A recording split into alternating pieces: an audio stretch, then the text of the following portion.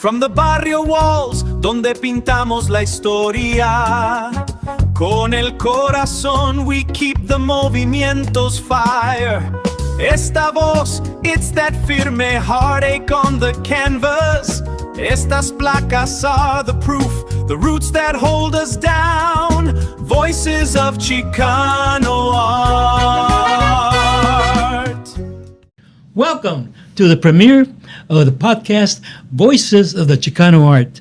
I am Roman Reyes, your host, and I have a distinguished panel of artists that will be sharing a lot of their history, a lot of the things that we in the community are looking towards them to be able to have a better understanding of the art that's been produced, the legacy behind that. And so let's get started. We have Jim Covarrubias over here, and then Martin Moreno and Zarco Guerrero. Can you guys tell me a little bit about your background? I'm Jim Covarrubias. I'm from Kingman, Arizona. Went to Arizona State University, and I helped start a group called MARS back in the day, Movimiento Artístico de Rio Salado. Ever since then, been making a lot of art and working with the different organizations like Chicanino in the past, and ALAC today. Martin Moreno, visual artist, sculptor, muralist, was born in Adrian, Michigan, 75 years ago. Been working in Arizona for about 45 years now. A member of Arislan and Chicanino, ALAC. Consider myself a cultural warrior and a promoter of Chicano art. Zarco. Right on. I'm Zarco Guerrero from Mesa, Arizona. Also, I consider myself a sculptor. Most people consider me a mask maker. I love the performance art, music, theater, all the different art forms. I appreciate them, I dabble them, and I try to promote them within our community. So a large part of what I do, like these two gentlemen here, is art activism in our community. And I think that's been our greatest contribution to the Phoenix art scene. Well, our mission is to preserve cultural heritage, celebrate artistic excellence, provide a voice for artists, educators, and our community leaders who continue the legacy of great Chicano art and muralists. Together, we'll explore ideas, challenges, and opportunities shaping the future of art in our community. To get started, I want to start with you, Zarco. Now, I have visions of you on that cart with your sculpture all wrapped up. Oh. Tell us about that. Well, you're referring to the taking down of the Cesar Chavez statue at Cesar Chavez Park in Levine. That just happened a couple of weeks ago. As a matter of fact, it was the day or two after the New York Times article came out about the accusations against Cesar Chavez. And the very next day, people were taking down the names of the streets named after him, painting over murals, and even taking down the sculptures around the country. I think the first one I saw on TV was in Denver, done by a friend of mine. And so a day or two after, I think, City of Phoenix called me up and asked me what I think should be done with the statue. Right. And I asked him to please cover it up right away because I didn't want to see it damaged or destroyed. So it was taken down a few weeks later. I was there, and they asked me to be there, which I thought was great. And so it took a lot out of me. I mean, I was brokenhearted, frustrated, and ultimately I felt betrayed and angry. But now I think I'm just part of this whole history. Things are moving along, and I'm caught right there in the middle as an artist, like Jim and Martin. We all have to face this issue of how we and our community and the country is dealing with this erasure, not only of Cesar, but of the unions and of all working people. Right. It's horrible. I know. I look at the $20 bill and see Andrew Jackson on there and all the things that he did, and he's still on there. Yeah. So, what do you see the history or the what do you see in the future as far as how we're going to depict Cesar Chavez? Anyway. Go ahead. You go ahead, Jim. Well, I think there's a couple of sides to that. he, as an organizer and helper for workers, is different than he, the man who sinned. So I think we have to look at history in a real way. He is part of history. Some of the things that the union did were vital at the time, and they were steps up for the working class, steps up for minorities, and you can't detract from that. I think we were all humiliated by the fact that we thought he was a hero. But what the artwork that was developed at the time, and in my paintings, were done innocently. We were creating art because we loved to make art. And it happened to be the topic with Cesar Chavez that we were all thinking was a great guy. So is that art bad? No. That art is still important. Should the artists destroy their art? No. I think it's part of history. We'd be destroying part of ourselves out of what? Out of shame? Out of disregard for our quality of art? So I believe that the topic has many sides to it, but the side from the artist is, if you make great art, it's great art, and you should keep it. You should preserve it. Exactly. So that's my opinion. My history with the movimiento with Chavez is long, just like Zarco and Jim's. I come from a migrant family. My dad worked in the factories. My mom worked in the fields, right? And I did too. I have 7 grandchildren that are women, that are girls. I have one great-grandchild who's also a woman. I have a daughter, right? So the responsibility as an artist and as a man is clear to me. What Chavez was accused of has to be dealt with. And each artist, I think, has to deal with it in their in their own way, right? But one of the things that we can't forget is the contributions that the movimiento made to our culture, right? To labor, right? It's vitally important that history understand that and document it, right?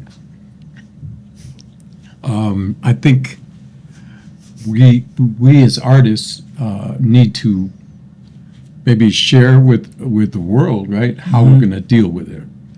And like I said, each of us have to deal it with it in our own way. Right. Now, are we going to preserve this for upcoming generations? Are we going to preserve the artwork that, for example, I have one right over there with Cesar Chavez on there. Am I going to preserve that for my nephews and nieces? Will they be look at it as history, or will they look at it as, the man that went down? So what's your opinion on that? What do you think? Will it be history, total history? It's got to be a true history, right? Humanity is kind of a stupid species, right? We let some people that are guilty of the same sins, right, go free and gain power, and never even question it, or we do question it, but not enough. I don't think, right? We don't deal with it realistically, and politics has a whole lot to do with it, right? I've always believed that it's a responsibility of the artist to point a finger when necessary, right? Because if we don't do it, who's going to do it, right? Exactly. And I pride myself in the fact that I've that's kind of been the emphasis of my work. Like I said, I was a laborer. I was a member of the unions in Michigan, right? I was there when the United Auto Workers brought Chavez in and recognized him as a hero, right? Right. And that happened all over the place. ASU also gave him a doctoral degree, right? So we need to look at that historically and document it accordingly. Well, I see Diego Rivera, communist, painting in United States, and his work is still revered. I think that's what's going to happen with Cesar Chavez. So now let's talk a little bit about the changing of the names. I mean, my head's still spinning. Everything's been changed immediately. What are your thoughts on that? Well, I think it's there's a bigger picture. It's much bigger than just the erasure of Cesar Chavez, because in our art, in our ideology, in our artistic practice, Cesar was the symbol of something much bigger. El movimiento, Right. la causa, the farm workers movement, all of those things. When we painted him, that's what we were painting. He was just the iconic figure. So I think we have to realize, we have to look at how this erasure happened so fast, why so many people in our community, particularly women, jumped on the bandwagon to erase him, and for good reason from their standpoint. But we have to look at the big picture of the erasure of our culture and our history on the bigger scale that's happening all over the country. Just like I think that there's some dirty hands behind this. I won't say that it's administration, but most likely to discredit us, to humiliate us, Right. to disempower us, to create animosity between us. So that's what we have to come together and use this issue, make things clear, express ourselves, and make sure that the causa, people are adhere Exactly. to the ideology and the philosophy of el movimiento, and to keep that alive in our art. Well, what really gulls me is you have like Cesar Chavez High School, and now they're putting names that are irrelevant. The new names that they're going to put in. They put a list of new names. And so I would want them to perhaps put names of Huerta or of some of the other leaders of the movement, something that continues with that tradition, and not just put, some weird name or something. Yeah. Well, what are your thoughts on that? Well, if you look at it historically, right, and the contributions that Chavez made in terms of theater with Luis and Daniel Valdez, right, producers of film, they were advocates of the movimiento in Chavez, and that opened the door for a lot of other artists in all disciplines to become active. The boycott that took place, it was not just in the United States. It was a worldwide boycott that Exactly. created Well, this yeah. change, right? Right. Why? Why was the change? Why was the change made? Because the fight was relevant, and it was the workers were affected. Their exposure to toxic poisons in the fields was there. That reality did not come out until the Movimiento, the United Farm Workers Union, brought it to light. Right. Essential for us to understand history so that we don't repeat it, as the saying goes, right? Wow, that's amazing. Well, I remember we used to live in Colorado and come to Phoenix and pick cotton. And also later on, when I was in high school, we finally moved to Phoenix. And I remember to go to Santa Rita Hall, and when Cesar Chavez was fasting, they would bring him out, put him on a chair, and he was so weak that you didn't want to bother him, and he would just sit there. And then everybody went up there and just kind of, said something to him, and then move on. So that has been in my mind. And so what I'm thinking now is that, will I continue painting Cesar Chavez? And if so, how will I do that? Do you guys have any ideas on that, or do you think that's not a good idea? Well, I was there that day at Santa Rita Center too. Oh, okay. I was in high school, and Yeah, me too. that blew me away. Yeah. It changed my life. It inspired me. It motivated me until today, until this whole issue happened. So, but I think I'm going to concern myself with creating other images, new images. We did Cesar, we dedicated ourselves to his image for 50 years. Right. Or more, some of us. And so now it's at this stage of the game, it's time for us to change and be innovative and find new avenues, find new images, new icons to perpetuate. Yeah, I think some of the younger artists are going to be looking to us, to see what direction we're going to take. What do you guys think? Well, let me give you some advice. Don't do a collection of Cesar Chavez. I think part of the reality about Chicano art, it is labeled as Chicano art. So we have some icons that we go back to. I've painted Frida Kahlo and other icons from our culture. But maybe we're doing that too much. Maybe it's time to look at what is the modern art, what is our ability to create modern art without the tags on it. Right. We know this is, I think, a topic now that we never should address. I think I'm tired of talking about it. I think that what I did when I did paintings of Cesar or paintings of Kennedy was in an innocent way. And I think that we have to let it go at that. What do we do next, though? If you're saying we want to inspire artists, I've met some young artists recently. We did a program with them, and they're not looking so much to do the same things that we did. I think that's the message. I think the culture itself is really wanting to have communication with the Chicano artists, our own communities. But I think we have to really look at that in a fresh way. So if we're giving them back the same things that we've done 30 years ago, I think that's fair. I think we need to move along with that. We have some new projects, I think, that will allow us to do that. And look at the quality of art. The messaging in itself needs to be explained, too. Maybe by us more, like you say. But I think the messaging has to become what we believe in for the future. Right. What we believe in the empowerment. The integrity of our culture is being threatened in many different ways by this administration that is very racist. So are we important now as far as a statement? Absolutely. Do we need to communicate that to a broader audience? Yes, this is part of it, what we're doing right now. Right. So the reality is that we have a new job to do, which is to create great art, which is to create art that communicates in many different ways, and art that shows the future and the beliefs that we have, and we always will have. Right.